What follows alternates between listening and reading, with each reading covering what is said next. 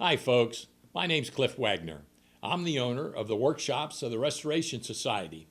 The Restoration Society are furniture makers and furniture restorers and have been for over 50 years.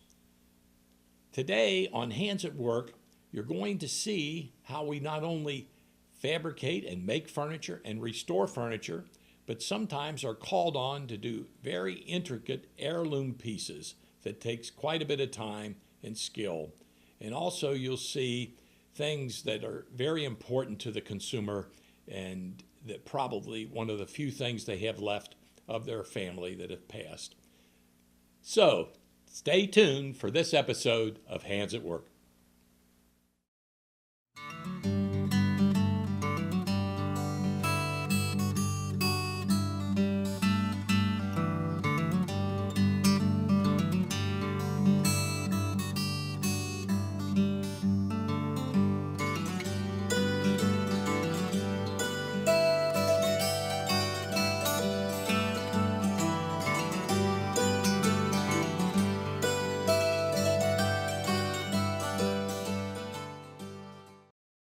Here at the workshops, I really do take pride in the work that we're able to accomplish and what our staff is able to do.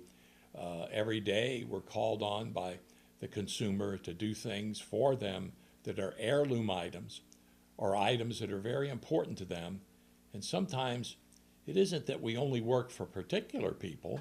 The more particular, the better I feel, because if they call on me and check us out, and my reputation, again, my job for them is do the best we can.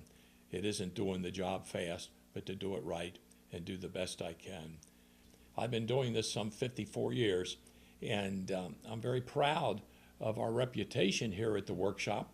And this little piece that you see here, this crucifix, and the detail that it took just to do the Corpus Christ arm that was broke in half, and his hand that was missing. We had to rebuild things that you can't see, like an actual bone structure in the back of his arm, his forearm, and up into his cavity in the back, and use that as a substrate to build off of and form a new arm. This actually was on a piece of a sick call item that are used in the Catholic religion by priests when someone is ill. They come to your home, or they use it in the hospital or nursing homes to pray over and with the patient. And you'll see the detail involved in just this item. Here's another small piece that has to do with the crucifix or the cross. This is an expensive crystal cross that was brought to us to be mounted on a scrap piece, a heavy piece of walnut that the customer brought in to us. We had to plane the thickness of the walnut, square it up, and put an edge on it, and of course finish it that it would not take away from the beauty of the crystal. But one of the hard parts of this was the actual mounting. This cross has a taper to it. In other words, it's wider at the bottom than at the top. Now, how do you get this routed out so that it's wide enough to insert the cross in there, but not too wide to show this gap at the top? We were able to do this, and again, this is one of the things that shows detail and high level of skill just to do a very small job like this.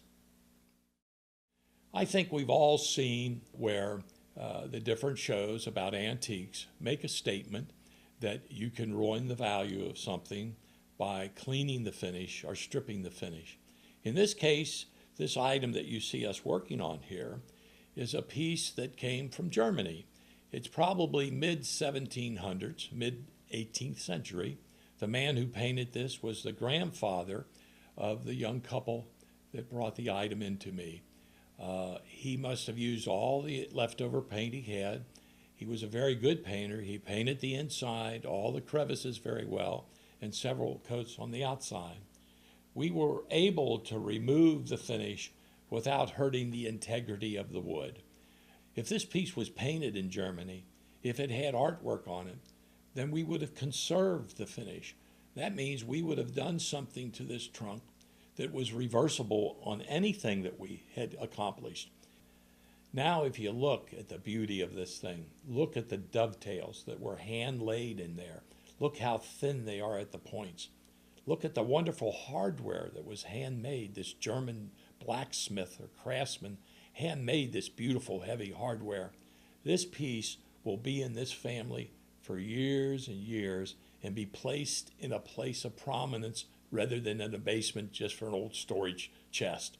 It's a beautiful piece of furniture now, and the people are very proud of it, and I'm proud that the fact that they allowed us even to do it.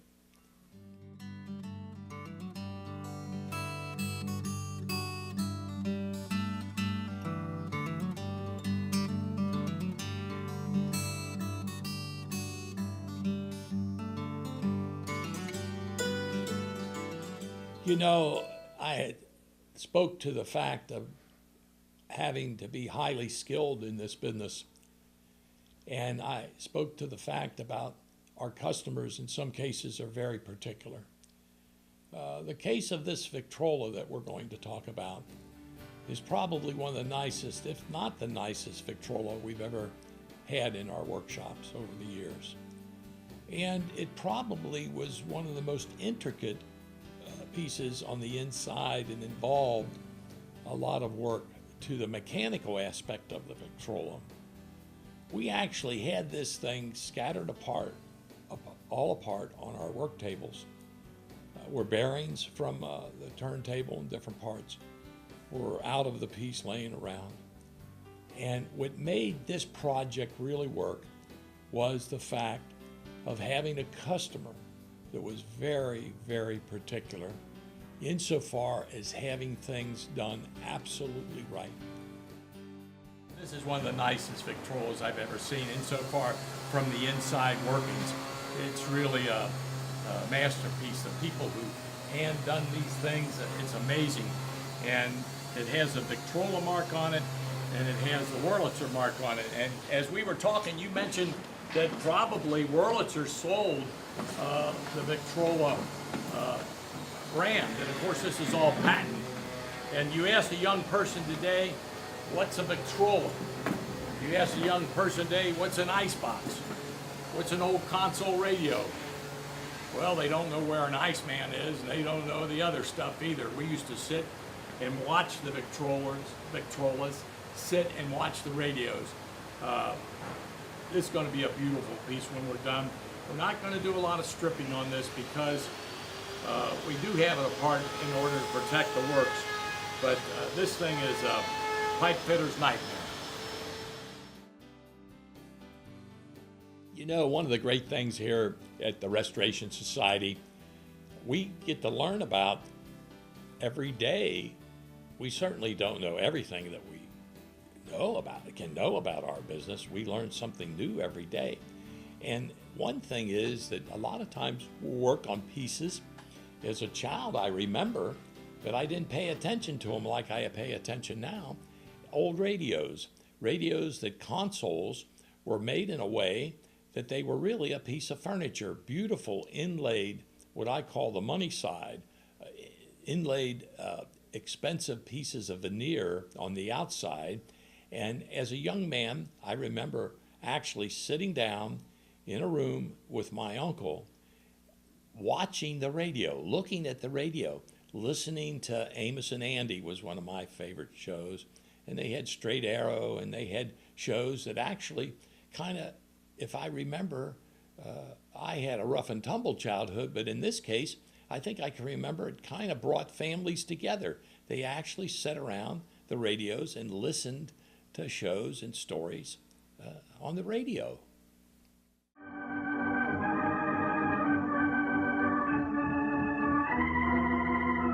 A short distance from the Broken Bow Ranch house lay Sundown Valley, and in it, through a secret entrance known only to Steve Adams and Packy, a vast subterranean cave.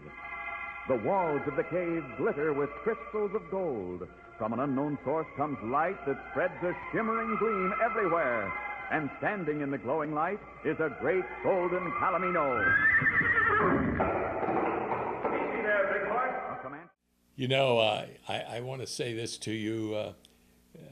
one of the things that are a benefit to me, and I need this, I constantly need positive reinforcement. And the last radio we completed was one that was done by the chief of police in our community.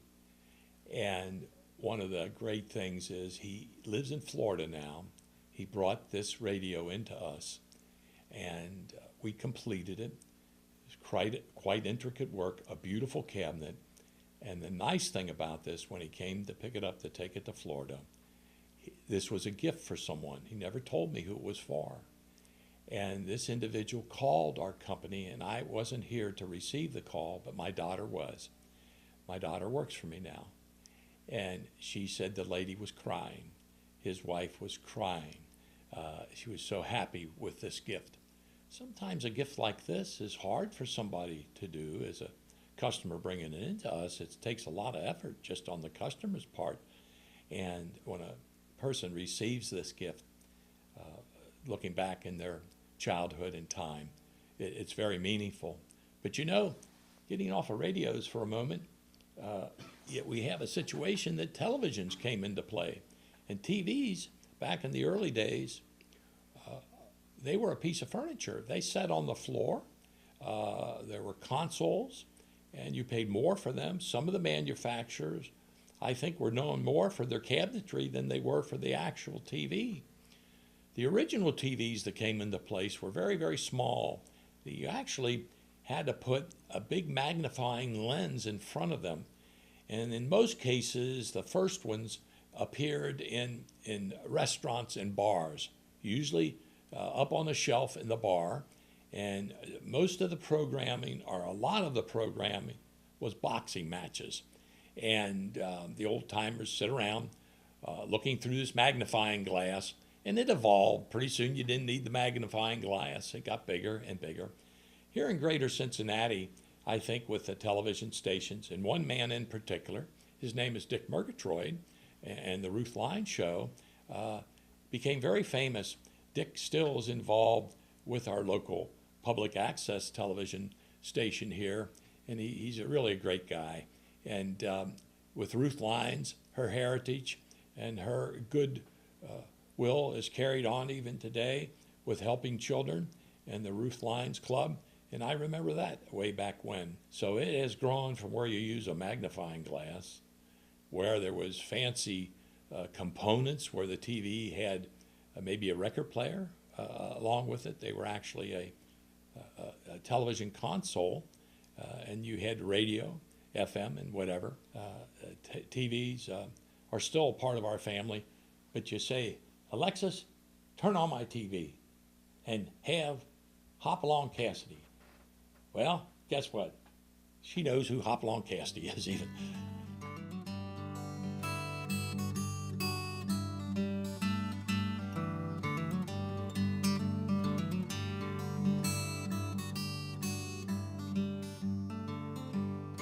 Yeah, Dan, thanks for coming to our shop again.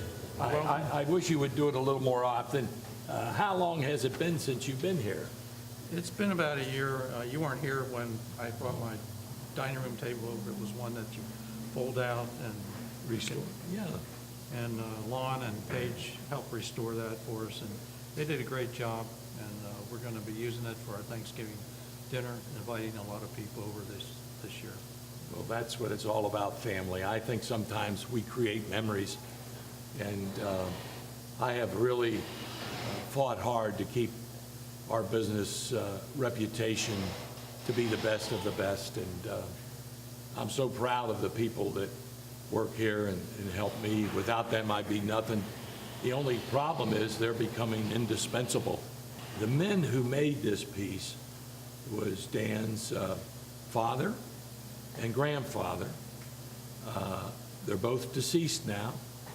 I bet they're watching this and listening to me and my malarkey, but they did a good job.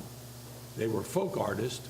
They were untrained, not degreed artisans, and they did this in good taste. They did it in a scale that's correct, and they did a lot of research because the medallions and the different things that are on here are of the period when this ship was put to sea, and it's our job to make it old and clean. Over the years, this little vessel has been abused, and when we do it, Dan and I spoke about how it's very important that the next person who gets it takes care of it. We're going to try to help with that, making a stand for it and whatever. And it will take a lot of time to recreate this the way Grandpa and his daddy did it. And it'll be a wonderful item for their home. I spoke to Dan how the value of this is the lineage.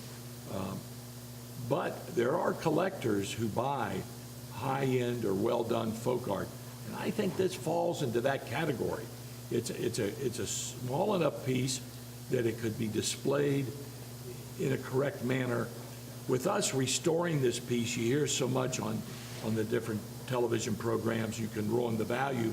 But I must tell you, instead of using the word strip or clean, we're going to use the word that we're going to conserve. That means anything that we do can be erased and put back to original. We're not going to do anything that's not reversible. There are some pieces that have to be made, some pieces of the cloth that are deteriorated so bad, and the little ropes that were made that I'm going to try to get the rest of my family involved in it, and it's going to be a fun project. But when we get done with it, when he sees it, I think we'll get the wow factor out of it. But thanks again, Dan, for trusting us with your heirloom. You're welcome. You've done some good work for me in the past, So we're going to I continue to trust do you. it. Thank you for trusting me, sir.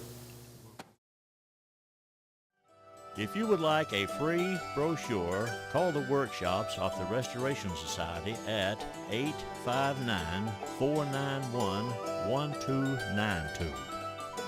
Please remember that it is important to visit a local restorer before having furniture restoration done.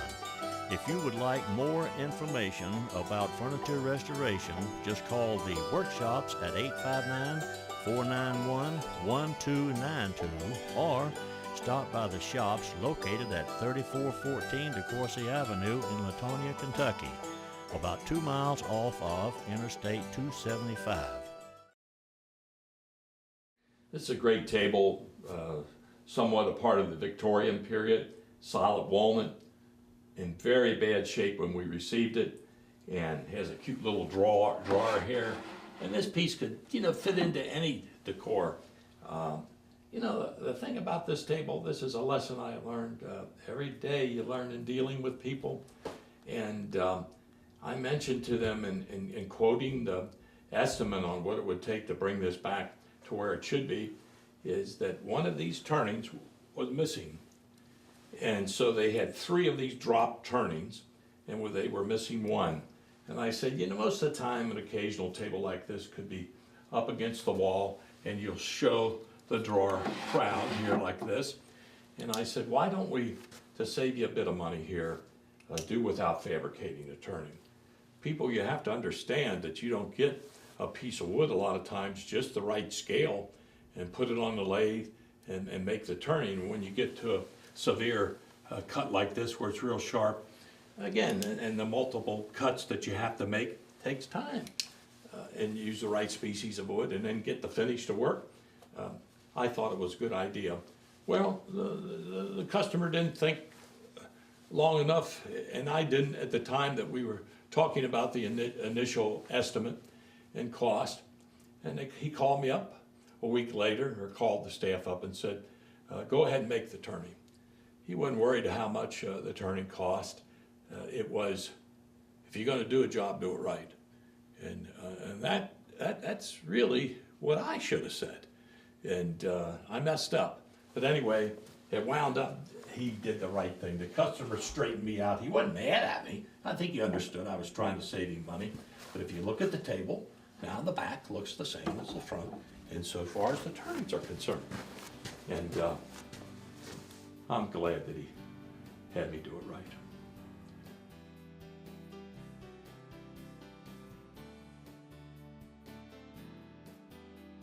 Well, this is a Spanish galleon.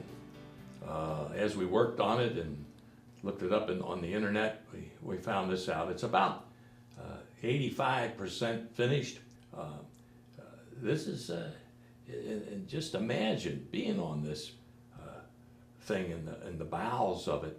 I was thinking, what would I want to have been a part of this other than the captain? I think I would have liked to have been the cook. Hey, he would have been well respected, or the guys would have known if he wasn't taken care of. Of course, he could have been a lousy cook too. But being in the bowels of this thing, going across a rough sea, is something else. One of the things I was going to do, and I think my wife would have done it, but it isn't like she's not busy all the time. Even when we're sitting watching TV, she's always doing something with her hands. She's very good at sewing, and she's a good seamstress. I thought she could help me make this rigging here and tie these little knots and do it new. But then I thought again of it, because sometimes she raises Cain with me, maybe a little more than sometimes. So I actually have been restoring this, and two of the rigging comes down, two pieces come down, one comes this way and one comes this way, and then two on the other side. And another piece of the rigging actually comes from here down to here. And so there won't be, in this case, a middle sail. And we're getting closer and closer, and what we're going to do now is scale and make a glass display case. You know, a little piece like this, the time that it takes me to do it, I could restore a whole dining room set, a bedroom set. This man's been very understanding. In fact, earlier we got a piano from a moving company that brought it in for us to do. So we went from a very small piece to a big, large piano we're going to restore for the gentleman. I actually am going to call him today when I'm done with this video.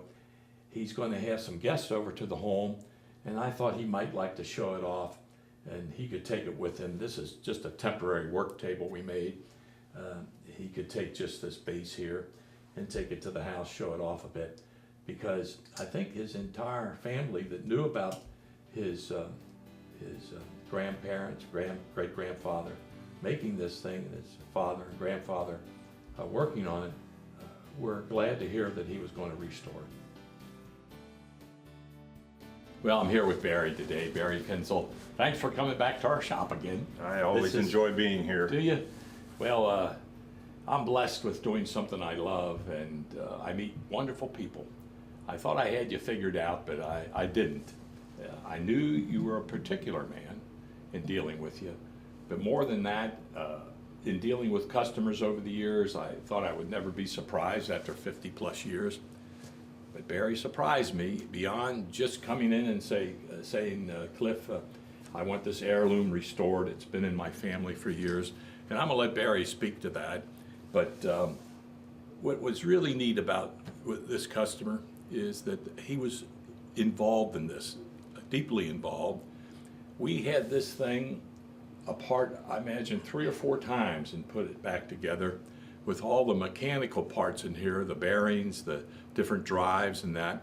Harold is 83 years old, and he did the mechanical part, and I did the finishing.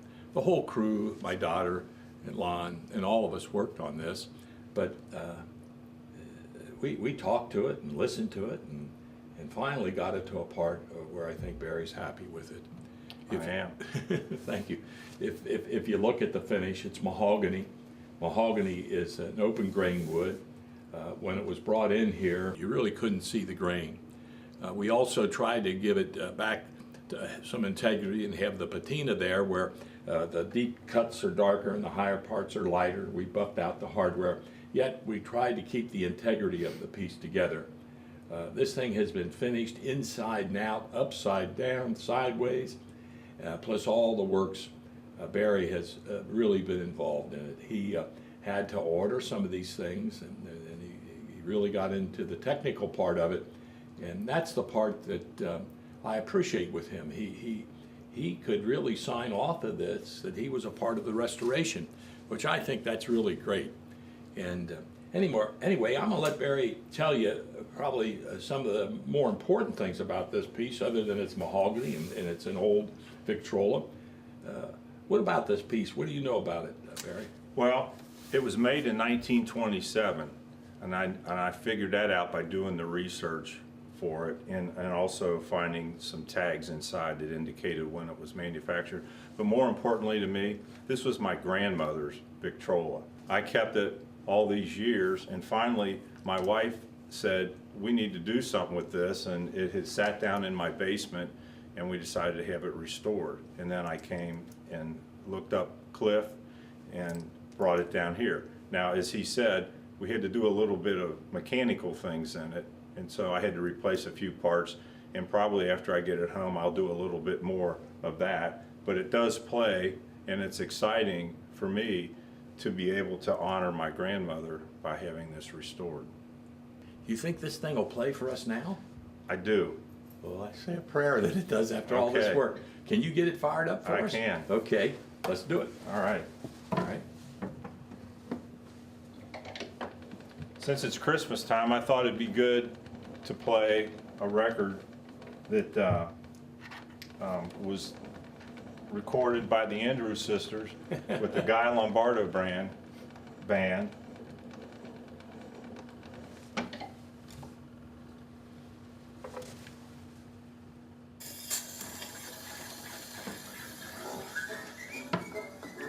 Called Winter Wonderland.